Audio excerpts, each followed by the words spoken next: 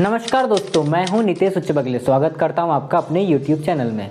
24 जुलाई को राष्ट्रपति रामनाथ कोविंद जी का कार्यकाल खत्म होने जा रहा है। उससे पहले 18 जुलाई को राष्ट्रपति पद के लिए चुनाव होने हैं। एनडीए की ओर से द्रौपदी मुर्मू व विपक्ष की ओर से यशवंत सिन्हा उम्मीदवार होंगे। देश भर की निगाहें इन चुनावों पर टिकी हुई है। ऐसे में सवाल ये खड़ा होता है कि राष्ट्रपति पद का चुनाव कैसे होता है। अगर आपको नहीं पता दोस्तों, तो यह वीडियो आप ही के लिए है। राष्ट्रपति चुनावी प्रक्रिया जानने से पहले हमें राष्ट्रपति पद के लिए योग्यताएं क्या होनी चाहिए, यह जान लेना चाहिए। योग्यताओं में वह भारत का नागरिक हो, वह 35 वर्ष की आयु पूर्ण कर चुका हो, किसी संवैधानिक पद पर लाभ के पद पर न हो, वह संसद की सदस्यता प्राप्त करने के योग्य हो, एक्सेट्रा एक्सेट्रा।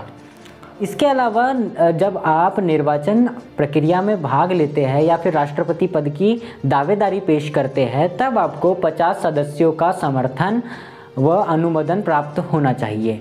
इसके अलावा आपको आरबीआई यानी रिजर्व बैंक ऑफ इंडिया को 15,000 रुपये की राशि जमानत के तौर पर जमा करनी होती है कि अगर आप कुल मतों के 1/6 भाग से भी कम मत प्राप्त करते हैं, तब आपकी जमानत जब्त हो जाती है। 1997 से पहले यहाँ रकम थी महज 2,500 रुपये व समर्थन के लिए केवल 10 सदस्यों की आवश्यकता होती थी।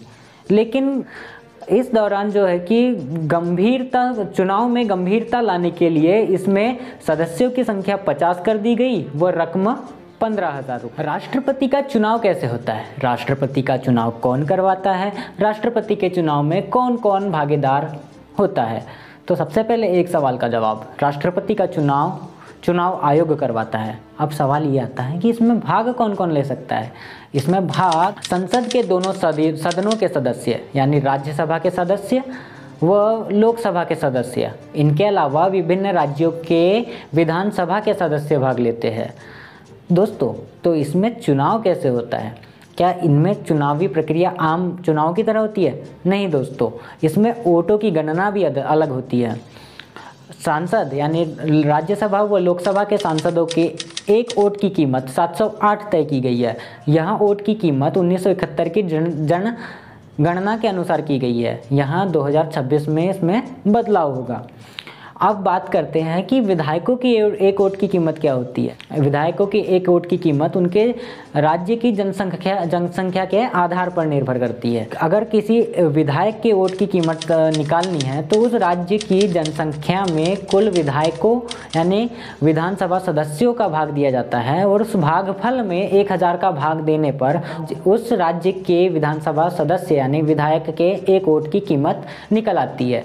उदाहरण के लिए महाराष्ट्र के एक विधायक की वोट की कीमत है 175 व सबसे अधिक की बात करें तो उत्तर प्रदेश, जिसमें 208 वोट तय किए गए हैं एक विधायक के, व सबसे कम की बात करें तो अरुणाचल प्रदेश, जिसमें एक विधायक के वोट की कीमत महज 8 है।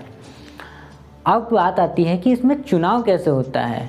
इसमें चुनाव गुप्त चुनाव होते हैं। इसमें बैलेट पेपर पर चुनाव होते हैं। इसमें आम चुनाव की तरह सीधे प्रत्याशी को वोट नहीं दिया जाता। इसमें प्रत्याशियों को क्रम दिया जाता है उनकी वरीयता के आधार पर, उनकी श्रेष्ठता के आधार पर।